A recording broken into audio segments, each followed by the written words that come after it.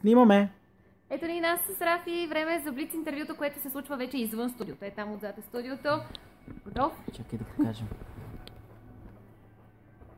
Ей, тук е вратата. Студио 4. Ние вече сме извън цялата тая обстановка. Готови сме за блиц интервюто. Най-много обичам да пея за. За забавлението. И като стана въпрос за забавлението, има една много яка песен, която се казва Let Me Entertain. Ето тази песен много обичам да пея. Трябваше тази песен да запея. Нищо. Следващия път. Обещано. Още нещо обещано. Най-много обичам да пея в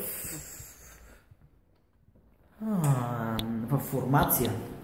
И то в формация с оркестър.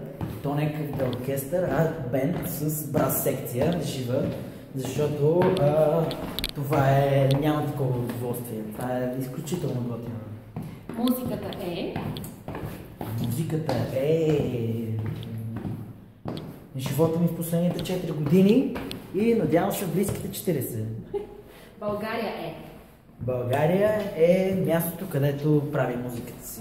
В България има бъдеще Надявам се за музиката. Хората трябва да мислят повече за.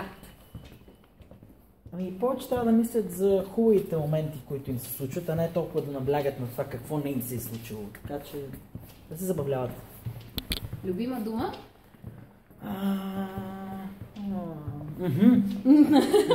Ей, тая дума бе, много е готина думата. И любим звук. Звук любим. Това беше всичко от нас. Блиц. И сега спираме ето така.